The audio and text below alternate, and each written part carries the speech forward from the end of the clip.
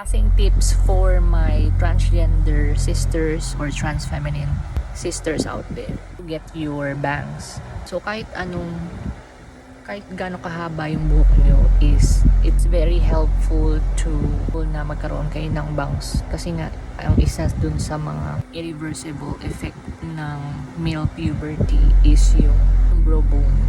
Syempre yung buto natin dito. Syempre pagka wala kang bangs, kitang-kita yung ambok dito na sobrang masculine ng feature na yun. So that's why if you will have bangs, somehow matatago yung buto na yun, and then it will also make your face smaller. It's more feminine, diba? Kasi yan, kagaya niyan. So magiging napapalit niya yung mukha mo, ang ganyan na lang ang mukha mo instead na makikita yung noo. Get your bangs to look more passing as a woman.